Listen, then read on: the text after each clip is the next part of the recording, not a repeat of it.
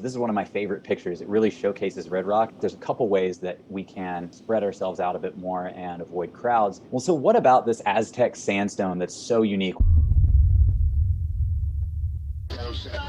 I'd like to introduce myself a little bit. My name's Cody Bradford. I'm an AMGA certified rock guide. I completed the rock program within the American Mountain Guides Association in the spring of 2018.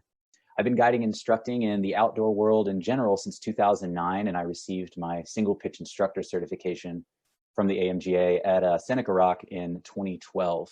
And that was really when my professional guiding started. And I have been coming to Red Rock since 2012, and I am here every shoulder season, the golden time to be in Red Rock. So in the US and the Southwest specifically, Red Rock tends to be one of the only areas that's very comfortable to climb in around October, November, March, April, or some heightened months for temperatures to be perfect. And I climb here 100+ days a year, both personally and guiding with you all and helping to share this place with all of you. And I'm psyched to do it. So I actually began climbing in North Carolina, in Western North Carolina. So if anyone is from there, or has been there, you know areas like Shiprock, Looking Glass, Table Rock, Hawksbill, Laurel Knob. Those are the areas that I grew up familiar with. And I kind of come from that lineage of more traditional ethic, a little bit more run out at times, a little bit heavier barrier to entry depending on the areas you're going to. And so needless to say, when I started coming to the Western US, I was extremely psyched to be able to experience just new styles and feel comfortable in things like, oh, you can protect anywhere you want. So the first time I showed up in Red Rock was in 2012. It was around October. It was still quite warm. And I did not know that Las Vegas had climbing, and I had actually never thought about Las Vegas beyond what most people think of Las Vegas. And I was blown away when I first drove into Red Rock and saw that opening shot that you all saw at the beginning of this presentation. And I was blown away by the diversity and the styles and how simple it seemed that you could just bump from one crag to another and experience 10 different styles of climbing, crack, face, slab to traditional to sport, all in the span of just a couple hundred yards. And this is actually me here on my AMGA aspirant exam during the movement portion on the Fox, a beautiful 10D that goes from tips to off width and protects really similar to an Indian Creek style climb. It looks like even Indian Creek sandstone, that Wingate sandstone, but it is not. And so again, just to cover in this, what we're going to go through here is that diversity that Red Rock can offer. Go over some of what I selfishly deem my classics, routes that I'm really excited about, give some stories about those. We're of course going to talk about epinephrine, and not just my story on epinephrine, but hopefully these stories will translate to you being able to have some better beta to time your ascent, to understand it from the ground up so that way you don't epic on epinephrine. Getting around and logistics, being able to properly plan for these trips and understand some of the rules and regulations about the area. And also by becoming, importantly, a steward of this place so that you can walk away feeling like this is your home too and taking care of it as if it was your home. Diversity in styles of the areas. And of course, we will discuss the crowds. I think that's on everyone's mind, but I want everyone to remember that we are the crowds as well. So all of us here are part of this location, and remember that other people are looking at you like you're the crowds as well. So hopefully we can discuss some areas that we can disperse our impacts and also plan a little bit better when you arrive. And so first, well, what is Red Rock geologically? So this is one of my favorite pictures. It really showcases Red Rock at a pretty interesting time. So this was taken in an early March day and overlooking the Spring Mountains here, which is kind of the classic skyline of a Red Rock. You can really see the colors here that's offered. You can also see the diversity of weather. It goes from sunny to shady very quickly, depending on what canyons you're looking at. From right to left here, we have Bridge Mountain, Mescalito, Juniper Peak, Rainbow Wall, the Rainbow Mountain, and Mount Wilson. And that's just a small sliver of the whole mountain range here. You're actually looking at a beachfront property here. That was a giant sand dune up against a shallow inland sea, which I'm standing in taking this picture. And that's all the limestone crags that are nearby. You can see some cool fossils and whatnot. So the sandstone here just creates unique climbing. This area, the BLM Red Rock, is only 17 miles from the Las Vegas Strip. So despite how the remote feeling you can get, you're always close to a major metropolitan area. In fact, the joke is that you don't need to bring a headlamp sometimes at night. Please bring a headlamp because the lights of the Vegas Strip sometimes can show you the way down. The National Conservation Area designation of Red Rock is unique in the BLM in that it is a specifically protected class of area. So normally when you're on BLM land, you can pretty much drive on just about any road that even looks remotely like as if a tertiary road. So the National Conservation Area ensures that people drive in designated places only, and it's a lot more heavily protected.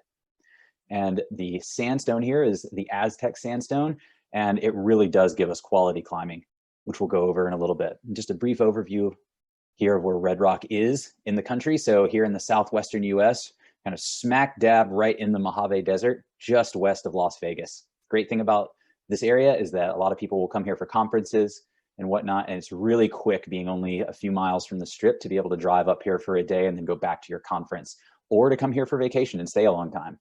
And we're going to go over all of those logistics, by the way. And then a little bit zoomed in here. So now here is the area together, almost 200,000 acres worth of land. The areas that are most heavily concentrated for climbers and most visitors alike is the area of the Spring Mountains and the Scenic Loop Drive. Highways 159 and 160 pretty much cover the gamut of how you'll access Red Rock. Most people begin from Charleston Boulevard, and specifically the Albertsons parking lot here is often full of climbers, mountain bikers, runners, everyone from all stripes. People fuel up here and drive in. The campground is down here, just on the left side of the road as you're driving in. The Calico Basin is the fee-free area that is free to go to. However, parking does fill up fast on holiday weekends and whatnot, so bear that in mind. Then we have the Loop Road itself. Again, we're going to cover that the logistics of the Loop Road, but it's a 13-mile one-way designated scenic drive. And this is where we'll access most trailheads that we'll talk about, with the exception of one, maybe two. And then, of course, other areas that are accessed outside of the Loop Road, anything from Mount Wilson and south is accessed via 159 and 160.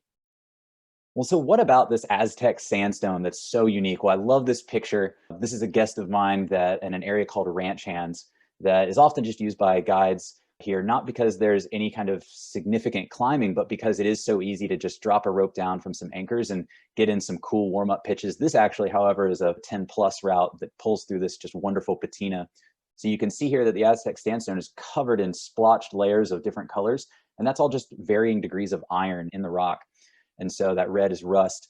The iron also sometimes creates this black varnish, this patina, which really gives Red Rock this unique feel, almost like gym holds that you can see here.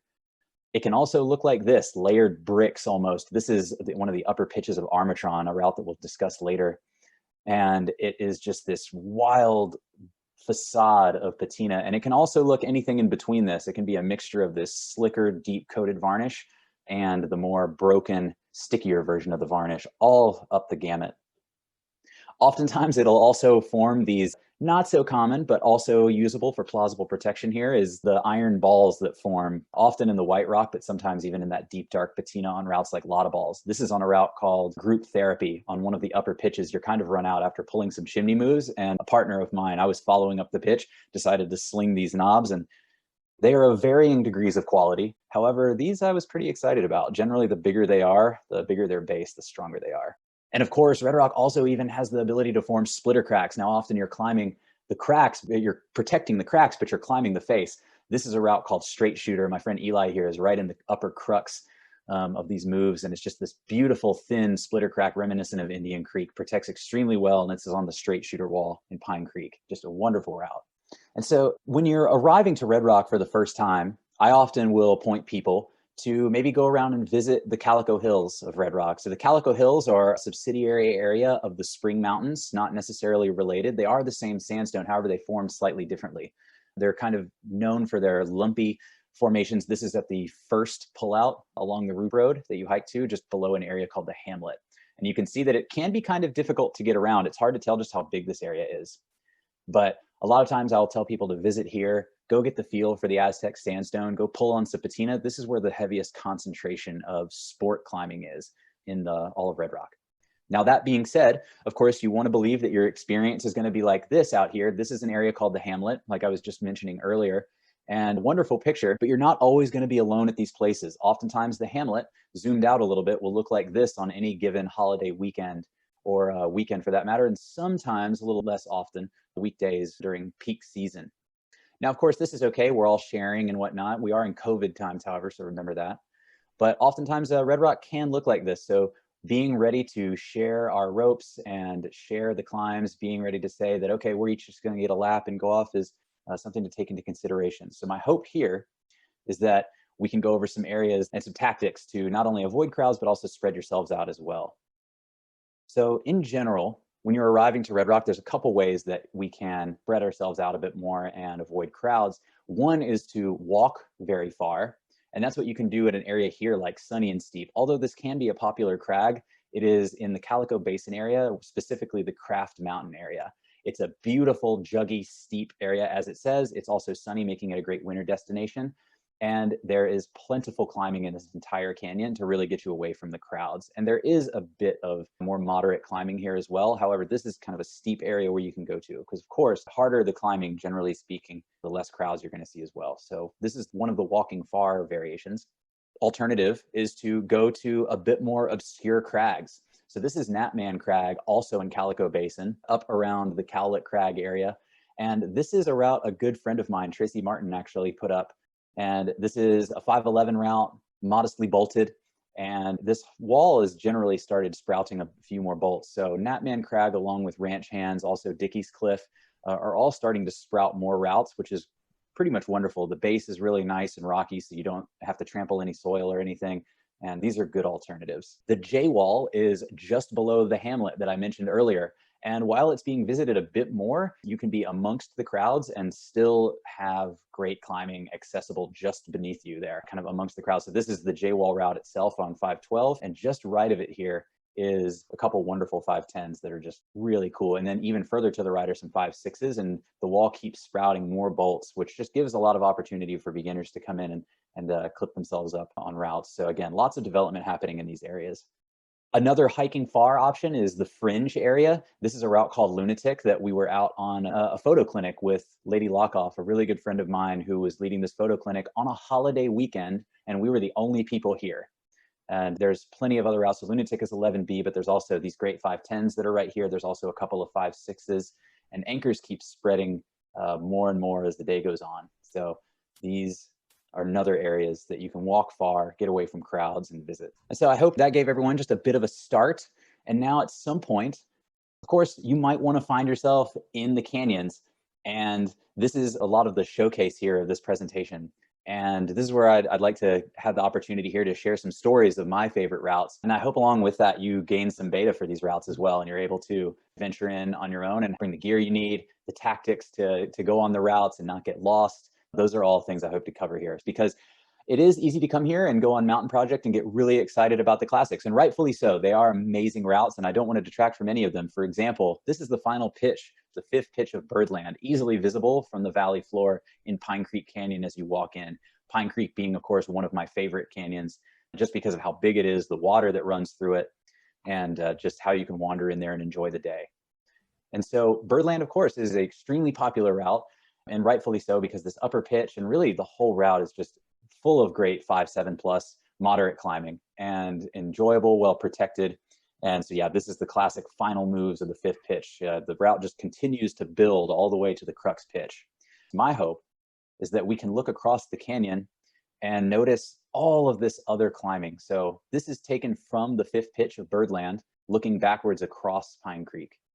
And this route's called Community Pillar. It's a 5'9", roughly 600-foot route, and it's probably one of my favorite routes because I think it exemplifies Red Rock climbing and how unique the climbing in Red Rock is. So Community Pillar often gets talked about because it is such an interesting route, put up by Joe Herbst, I believe, in the 1980s. Joe Herbst loved very interesting routes. When you climb a Joe Herbst route, they not only have interesting character in terms of the climbing style, but oftentimes they can potentially feel a little sandbagged. My goal here is to wade through the sandbaggery a little bit and give y'all what I think is my favorite way up Community Pillar. First of all, you find most of this route inside of the mountain. You climb at least a third, if not half of it, inside of the mountain. However, there are variations to avoid that, but I think climbing into the mountain is quite fun.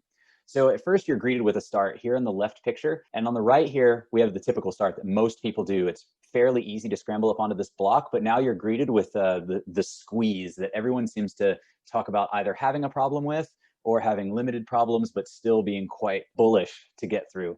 My personal favorite start is the left start over here, which has a bit of a 5'8" kind of layback start, well protected, however. Here on the right picture is that. the left start variation. Well protected by this number one here, so have that number one Camelot ready.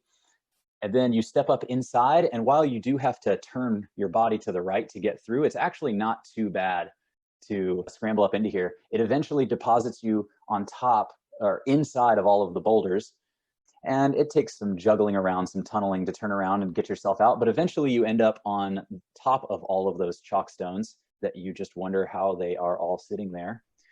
But a comfortable ledge nonetheless. Then it leads you to this, the second pitch, which is one of my favorite pictures of me climbing of all time. And as you can, it's more of an off-width squeeze chimney pitch. However, it looks harder than it actually climbs. So the pitch actually goes at about 5'7", and I would not call that much of a sandbag. I would actually say that it's fairly comfortable at 5'7", and while it can be difficult to protect, usually these holds that I'm holding here are actually quite in-cut and pretty straightforward.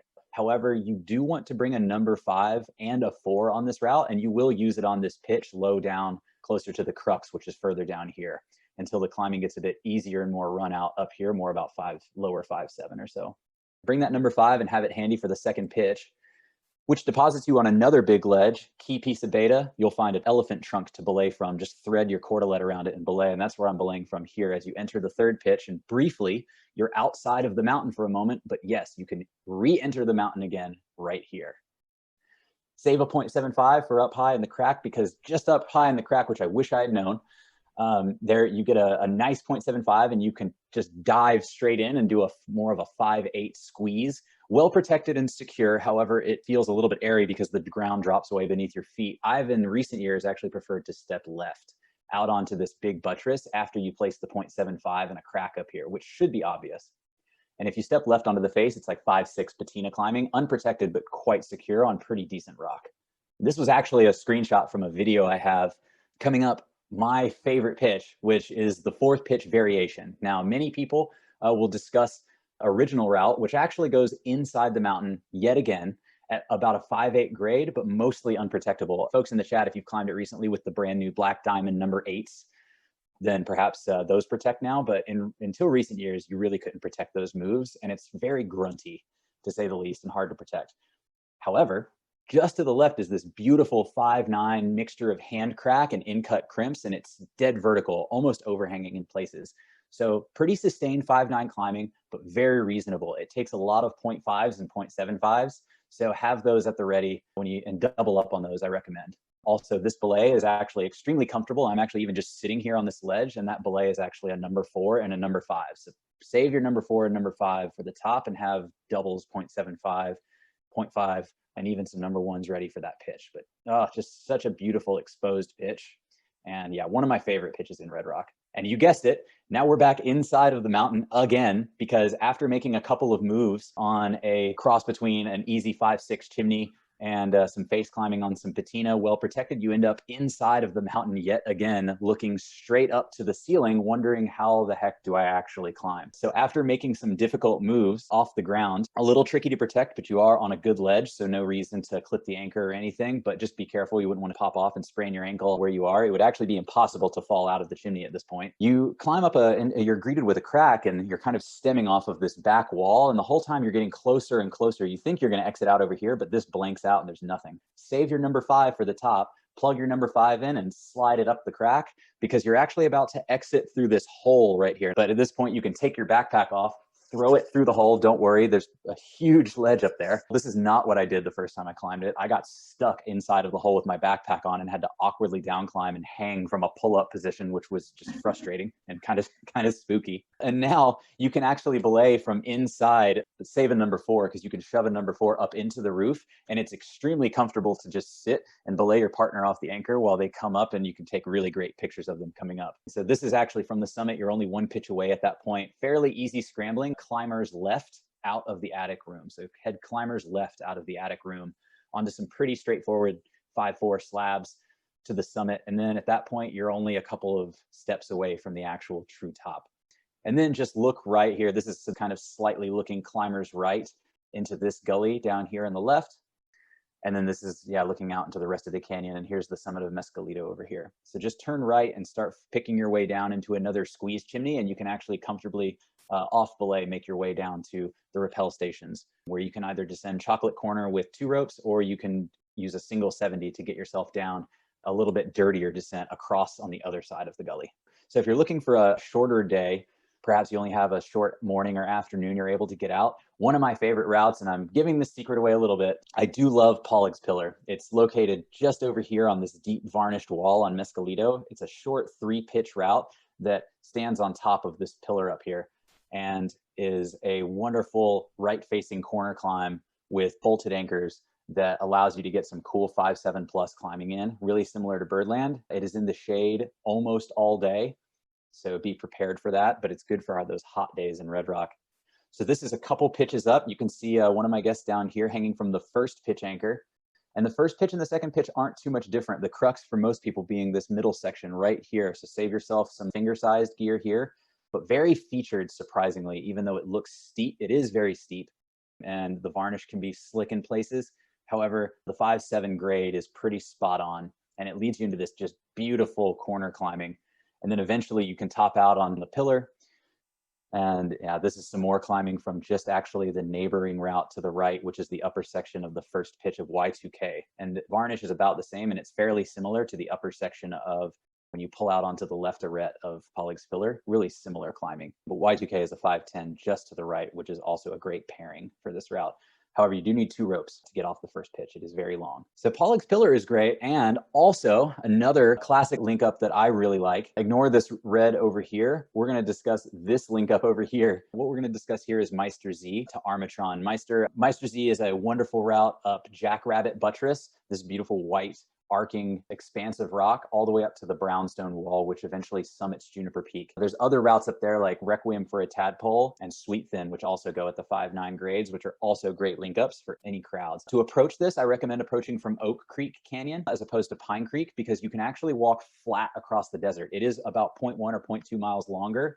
However, it is completely flat as opposed to Pine Creek, where you are descending into Pine Creek and then going up out of Pine Creek and going around Magic Mountain. But from Oak Creek, you can almost draw a straight line straight to Jackrabbit Buttress. And so this is located in Juniper Canyon, again, summiting Juniper Peak. We begin on Meister Z. Is a little bit tricky to find, but it's in this little gully separated by a giant boulder that you can see down here. You approach from just down here. You can actually see the approach trail just above the gully here. And you enter up through here, do some bushwhacking, and end up at the base. Straightforward 5-7 pitch. Cool little chimney move here. I actually find myself out on the face most of the time. The first time I did it, I squeezed up the chimney without really any great gear. However, if you go out here onto the left face and pull a roof move, you can actually sling a good chicken head, really big fat chicken head with a sling. You can pull some really airy, exposed, more 5-8 moves right there. And then you end up in this chimney, which is kind of funny to build a belay, but this is where I preferred to build the belay. It just seemed like the natural place. From there, you make another pitch up to a gigantic ledge where you can either scramble up, come off belay entirely, or belay yourself up a 5-3, pretty straightforward, non-exposed slab up to the base, depending on how you break it up, the third or fourth pitch of the route, which goes up this really cool corner. This is where you get a great view of Cloud Tower, which is this pillar right here. We have Crimson Chrysalis, another popular route going right up the center, and then the actual namesake route, Cloud Tower, going up just to the right. One of the best 5-11, the hardest 5-11D, I'm pretty convinced, is 12A pitches. So you get a great view of Juniper Canyon. Eventually, you wind up on below the brownstone wall after a few just scrambly pitches. It's pretty straightforward. You just keep heading more or less climbers right and straight up the entire time, following the height of the buttress.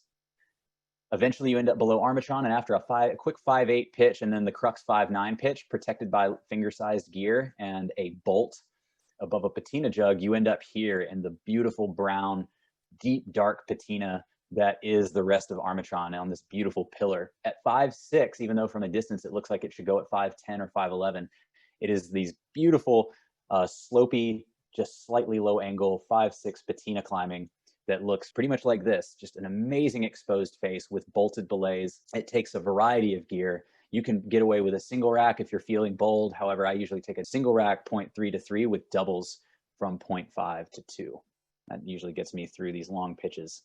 Again, bolted anchors, so it's really nice. Eventually, you get deposited on Humorous Ledge, and after a couple of easy pitches, you're eventually deposited on Juniper Peak, which is one of my favorite summits in Red Rock, because from a distance, you can just see everything, and it's a true summit experience, which you don't often get in Red Rock. So I love this link up. It's one of my favorites. This also is a personal favorite of mine, but it's also a route that I think deserves to be in this in this webinar, because I want to hopefully give everyone a bit of history of this route, why it can be so easy to epic on it, and my ways of avoiding that through the lessons I've learned by maybe perhaps some storytelling. So Epinephrine is a 5.9, anywhere from, to the true summit is more about 2,000 feet, but roughly 1,600 feet of sustained 5.9 climbing, from chimneys to in-cut crimps on a face, and anywhere from, if it's been done, I'm sure, in as few as 9 pitches, it's been done in as many as 18 pitches, I'm sure. Generally, I float around somewhere around the 13 pitch range. It really just depends on the time of year and who I'm climbing with. And so Epinephrine is on Black Velvet Peak, located in Black Velvet Canyon, accessed outside of the loop. Have at least some kind of high clearance vehicle. Currently, the road to Black Velvet is in pretty good condition. You access it from Highway 160 via the late night trailhead. And it's about a couple miles of dirt, generally unmaintained BLM road. However, due to the popularity, the BLM has started to maintain it more. Eventually, you arrive at the Black Velvet parking lot. Make sure your valuables are protected. There has been some break-ins in Black Velvet Canyon parking lot in recent years. So just make sure that your car is mostly empty. And if you have a rental, have some insurance.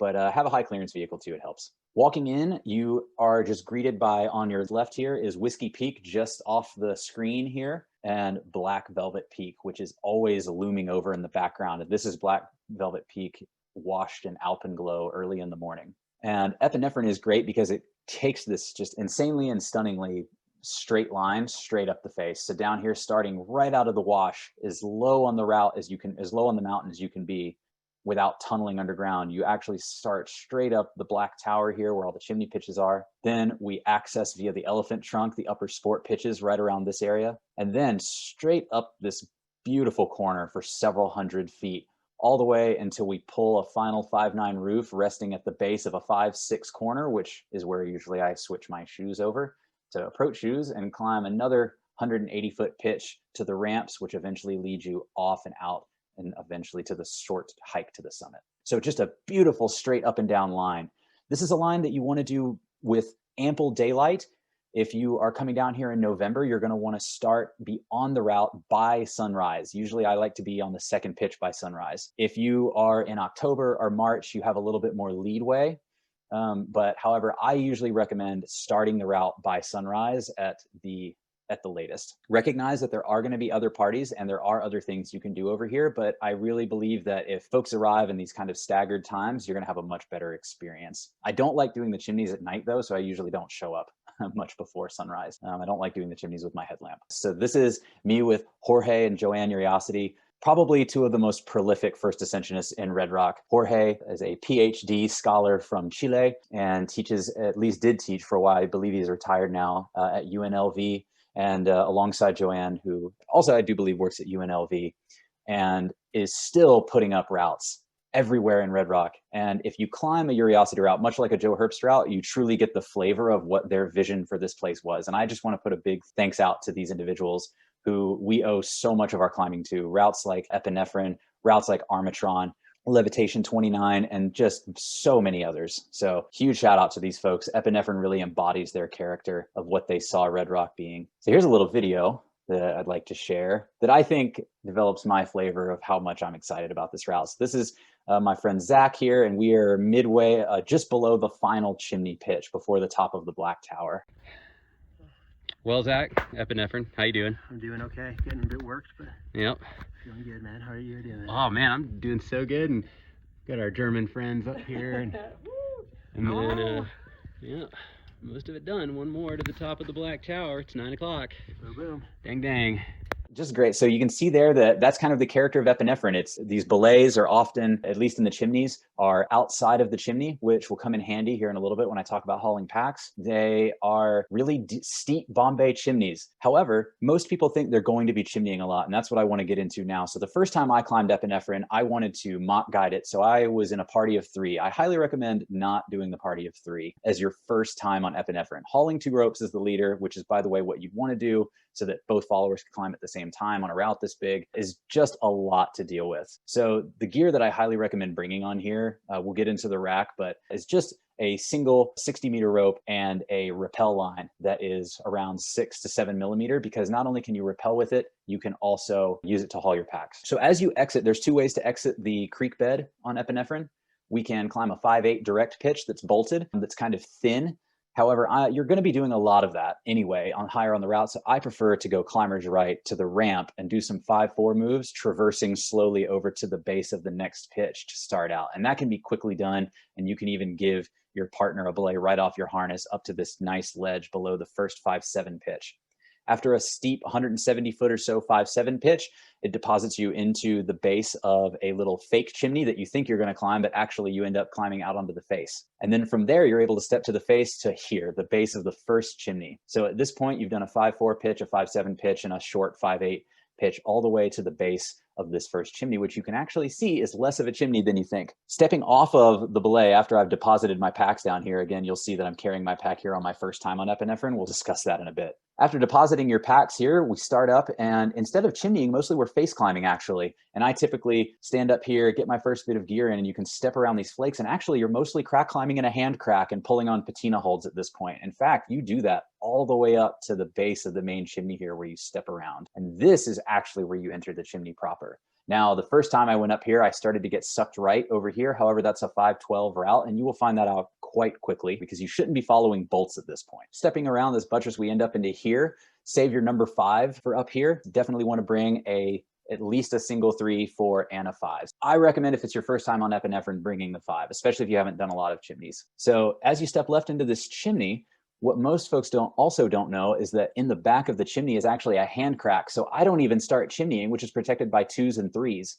I don't even start chimneying until I'm mostly at the top of the pitch, at which point the chimney narrows to a very small, just your knees are very much bent. The shorter you are there, the less difficult it is, but save a number 4 because after the hand crack in the back turns to number 4, which is bigger than fists for me, you can turn and start chimneying up with your back on the buttress and your feet on the right wall, and now you can step up to the belay. And at that point, your follower is also protected from a swing potential. And again, the belays are out away from the chimney, so it's quite nice. So conveniently enough, you're mostly climbing a hand crack on that pitch, leading us to the second pitch, the second true chimney pitch. Here, you can see that I'm hauling my pack between my legs. This was taken by my wonderful partner, which on this first time doing epinephrine with a party of 3, I'm also hauling my pack. I will never haul my pack again in this way. I'm not going to go into the sheer details of hauling a pack, but follow me on my Instagram. Hopefully in the next 2 weeks, I'm actually going to get a tech tip about hauling packs on chimney pitches like this from the belays. Nowadays, I leave my pack on the belays and haul with a second rope that's clear from all the protection and everything.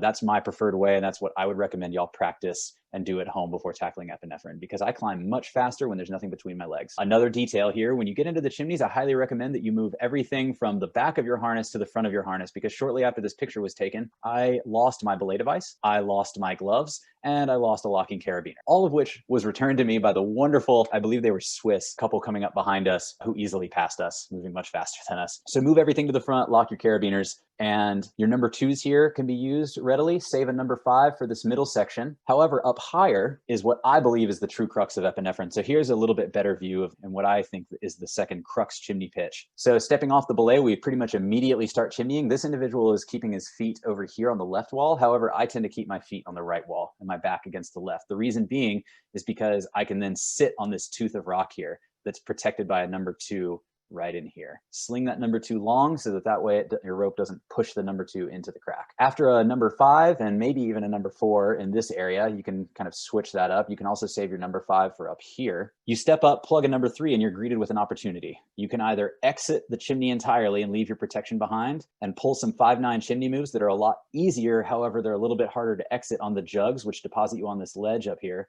Or you can dive in, which is personally what I tend to do, even though that may be a little masochistic, into the off with. Save yourself a 0.5 or a 0.75 for a horizontal up here. The rock quality isn't great, but you can do the off with move on top rope if you plan it out right. So I save a number 3 and a 0.75 and a 0.5 for this upper section. At that point, you're on a ledge, and then it's just a couple of layback moves and a finger crack to get you up to that big, beautiful ledge that you saw in that first video. And again, really easy to haul packs here because it's just this clean face. After that, you have one 5/8 pitch left. It's a 5/8 chimney pitch. Many people still that it's 5/9, but I love that pitch because it has 2 bolts on it and it's quite secure. I actually turn around and put my back to the mountainside and keep my knees on the left wall, and it's very featured, and it's perfect for my foot to my knee to be a perfect just knee bar the whole way up. kind of wrecks your knees. So definitely wear pants and clothes you don't care about. Maybe even bring some knee pads for that pitch. That pitch deposits you on the Black Tower. What you want to be able to do is arrive at the Black Tower if you're in November or climbing close to the solstice. Ideally, you want to arrive on the Black Tower anytime between 10 and noon. That's starting to push it a little bit in November to arrive at noon. So ideally here, Zach and I arrived on this particular ascent at about 10:15.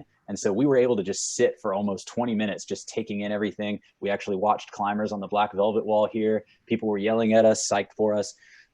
Or they were yelling that they were sorry for us. I'm not sure. I love epinephrine, so I hope they were psyched. So yeah, arriving at the top of the Black Tower at any time later than 1 and any time of the year is a little bit risky. So just know from here, you can rappel with a single 70, although I recommend 2 ropes to get you down a little bit faster and 3 or 4 rappels back to the ground, because you still have the rest of the route to go. So from the Black Tower, which you can see below down here, it's a very long pitch up these ramps up to the top of the elephant's trunk. And I do recommend going all the way to the top of the elephant's trunk, especially if you're just a party of 2 with a single rope out. At this point, you've stashed the second rope in your backpack. You're all fueled up now. It shouldn't be any later than anywhere between 10 and noon. And at the top of the elephant's trunk, you're greeted with this beautiful steep face that you're going to be climbing for another 500 feet. And it's pretty sustained 5'9" in-cut crimps, but pretty secure most of the time. What I highly recommend is that from the top of the elephant's trunk, you link the next 2 pitches, which will deposit you at a less than ideal stance. Then you climb the next 2 pitches individually, which are the big massive corner that you saw in the first picture.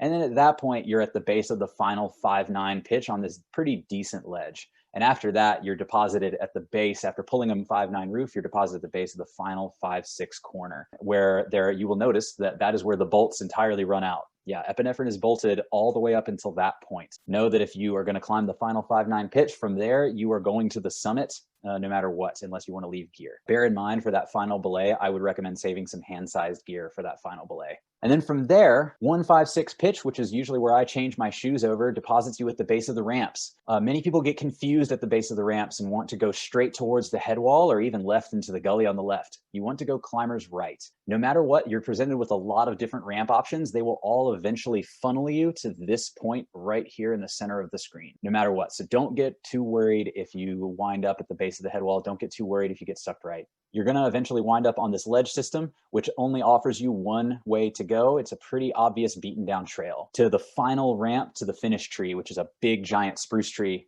just up above on the final ledge here. And you do want to protect this. A lot of people will solo this. I just want everyone to bear in mind that you're going to be tired by the time you're here. Just keep a single rack out and save some 0.5s, a number 2, a number 1 for this final traverse, because this is 2,000 feet straight down to the valley floor below. Arriving at the finish tree, and also recently this has sprouted. The Las Vegas Police Department, who is responsible for the search and rescue team, has left this rescue cache with descriptions of the descent, with food, water, and blankets, with what is in this cache, and some other emergency supplies. Now, I've done epinephrine enough where I generally pass here with some extra supplies, so I usually drop off a bar, and sometimes I've even brought a Gatorade up and just donated it to the cache box. Please don't take anything from it unless you really feel like you need it, but it is there to serve you all, but it's also just goes to show epicness of this route and just its character. So it does come with some serious things. So from the finish tree, it's pretty straightforward to get to the summit from here, following a simple scramble up in climbers left to the summit register. Hopefully you're standing on the summit with this much daylight left. The shadows look something like this. So this was probably around 3 o'clock in the afternoon for Zach and I. So this is kind of what your ideal scenario is, because you still have a walk-off descent, which is anywhere from 2 to 3 hours, depending on your fitness here. So from the summit, we want to drop down to the saddle and just make sure that you head up to this high point and then follow cairns down. Recently, the cairns are in great shape. It really shouldn't be that big of a deal. However, if you are at night, you're going to have to do a little bit careful to search for these cairns. So feel free to screenshot this. This is actually from Mountain Project, I believe. So this will end up depositing you down at the base of the ridge, where 2 massive cairns mark the rest of the descent down to Whiskey Peak. And then from Whiskey Peak, you just want to head east towards your car, which frustratingly seems to never get closer on this descent. But totally worth it, because by the end of it, you're completely psyched. Epinephrine is done. And I hope that helped folks on here. So as you're planning ahead and preparing to come, you might want to figure out where you want to stay. There's plenty of Airbnbs. You are in Las Vegas, so remember that. However, the campground, the climber campground, is located on Moenkopi Road, as I showed in the beginning there. So $20 regular, $10 walk-in. Please don't camp in your car. Everyone knows about it, and they will check.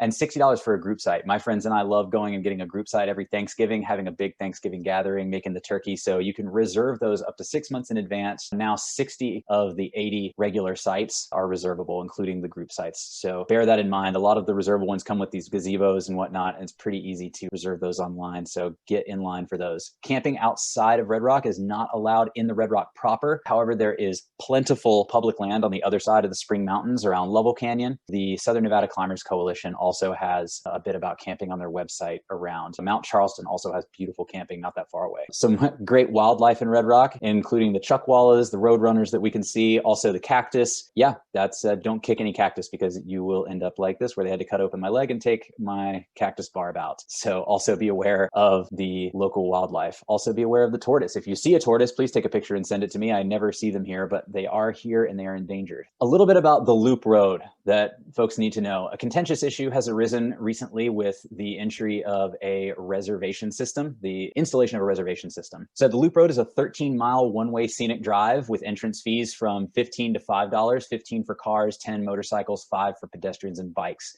You can get in with an annual pass that's $30 for Red Rock specifically, or any of the other America the Beautiful interagency passes, which are usually $80 or free if you're senior, will get you in. However, it will be an additional $2 for the time to entry permit. The entrance time 6 to 5, November through February, which is the time most folks are here, generally speaking, and then 6 to 8 for the rest of the year. I actually believe it's 6 to 7 in March. The looped new entry permit system is actually only for 8 to closing. So if you get there between 6 and 8, before 8 o'clock, you do not have to get an entry permit. However, if you do want to get an entry permit, it will be $2 no matter what pass you have, but it is free otherwise for pass holders, so you don't have to pay the $15. So your pass plus $2. As you're going in, also recognize that the loop road serves White Rock Spring, Willow Spring, Icebox Canyon, Pine Creek Canyon, and to a lesser extent, Oak Creek Canyon. If you want to hike less, you can hike a mile further to get into Oak Creek, but you definitely want to get a late exit pass if you think you're going to do a bigger route. And I highly recommend late exit passes for routes like Frigid Air Buttress, definitely for the Eagle Wall, certainly for Mescalito if you're going to summit Mescalito, and maybe even for areas like Juniper Canyon, because they will ticket you. Rangers will start driving around between 6 and 8, and the fee is anywhere I've heard from $200. Some people have told me $300. So it's not cheap. So it's worth it to pay the 50 cents and get your late exit pass. So recreation.gov is where you can get all of those.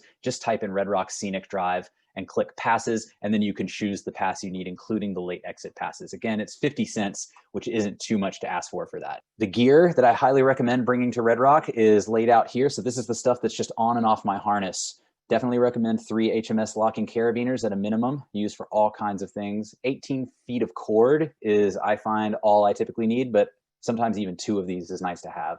I use 5.5 millimeter tech cord or 7 millimeter nylon. 48 to 70 inch sewn slings. This is the 48 inch sewn sling is probably the most useful thing on my harness. I use it for everything from extensions to all kinds of other things. And quad length slings, so 70 inches or so around, are great for making quads for bolted anchors. And these are all super light. Definitely recommend a robust 2-liter bladder. And the reason I say bladder, not water bottle, is because this gets smaller in your pack as you drink it. Definitely robust, because if you pop it, that's kind of a bummer for everyone involved. I like these Hydra packs. They're really nice. The micro traction. Again, I'll be posting on my Instagram here in a couple weeks about hauling packs, but definitely have this micro traction on your harness, especially if you plan to do epinephrine. And then a couple of belay devices as well. A couple of assisted braking devices, definitely including the Gree for those sport climbing days. For those bigger days, an assisted braking device like an Alpine Smart, or in this case, a Megajoule. And of course, the always useful plaquette for rappels, belaying your partner. Got into a recent conversation with my friends about ropes. And personally, for me, this is my favorite quiver of rope to have in Red Rock. If you are going to have a quiver of one, I recommend a single 70-meter rope,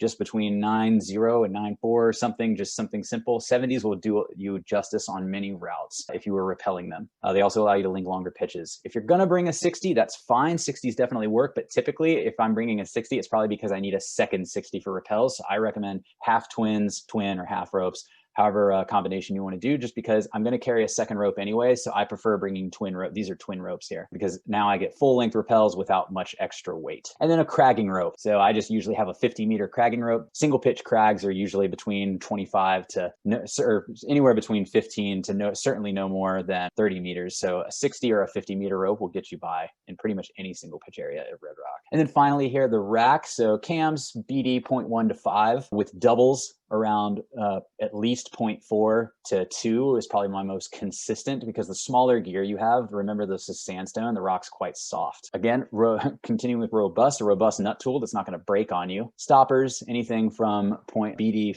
size 4 to 13 is usually good for me. Definitely have a 4 and a 5. I would say the 4 is the most useful tool on my harness. I use the 4 on tons and tons of routes. The ultralight 4 is definitely worth your money if you're coming to Red Rock, and maybe even a number 5. Rack of 12 draws and a rack of 12 alpine draws will pretty much get you through just about anything. And y'all, we're getting close to the end here, so thank you so much for sticking around, and I hope so far you've enjoyed it. But I think one of the most important things to me about being a local is that I want to make this place my home, and I have over the years.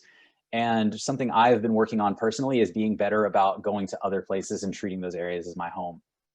And so I really want to emphasize this becoming a local by also being a steward of the place you're going to. And I want to give you some steps here of what I think really creates a great local. To be a local here is to do things like carrying a trash bag everywhere you go. My friend Irene, Lady Lockoff on Instagram, does this great where she goes around weekly sometimes and picks up dog poop bags and everything. So do well to carry a trash bag in your backpack and use it, and then go dispose of it properly at a gas station or somewhere. Please don't dump it in people's personal trash bins, but go dispose of it properly and be a person that does that. Donate to the Southern Nevada Climbers Coalition. Shout out to them. And because they are the folks that are the hub of information for climbers in this area. We'll go over that more here in a second, but donate to any local climbers organization anywhere you go. Plan ahead, easy to say, maybe harder to do. Hopefully this webinar has given you a bit better of a plan. So if you are driving the loop road and you pass your entrance, then to your trailhead, you can't just turn around and go back. And that can create a problem for everyone. That means more driving. That means more wandering on trails as you're rushing. So please stay on trails. Make sure you have a plan A through F. If it does look crowded, do go somewhere else, especially in COVID times. Always have a mask in your backpack. There's no reason that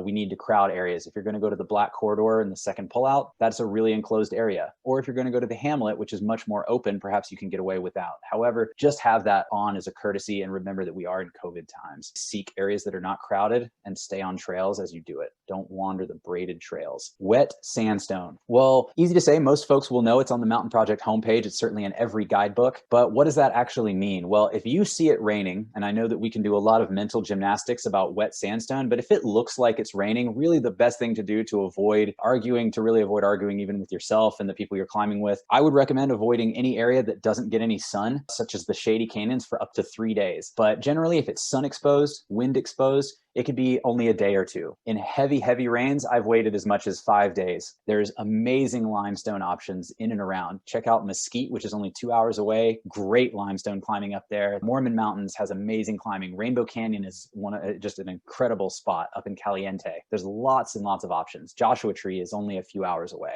And finally, educate yourself, but also educate others as well. So what I recommend everyone do from here on out, and if there's one thing I could give, is that, and what I'm trying to do more myself, is that when I go to a new area, I'm going to donate, even if it's only $5, which is a latte, I'm going to donate to the local climbing steward organization. Here in Red Rock, we have the Southern Nevada Climbers Coalition, which works closely with the Access Fund, the American Alpine Club. They are responsible for most of the rebolting efforts, and all of that money goes towards rebolting. It goes towards graffiti cleanup, and it really brings the climbers together in a local community. So visit whatever area you're going to, visit their site, click on local ethics, see what's going on, see if there's anything you can volunteer while you're there. And I know that's easy to say, but I really think if we all made this a practice, not only would our communities be well funded, well taken care of, but it would also just be a gesture of goodwill that we show to everyone. The genie is indeed out of the bottle with our places, and we need to remember that as we act local and think global here. As we can proliferate these climbing ethics, I really believe that's going to help with our crowded areas become better, and climbers can have the chance now to be at the head of that forefront. So please, everyone, plan ahead well, plan properly, and donate if you can, and volunteer if you can't donate. I had a great time expressing myself to y'all. I hope that that was engaging for many of you. Thanks for putting this all together, team. And to everyone, thanks for being here.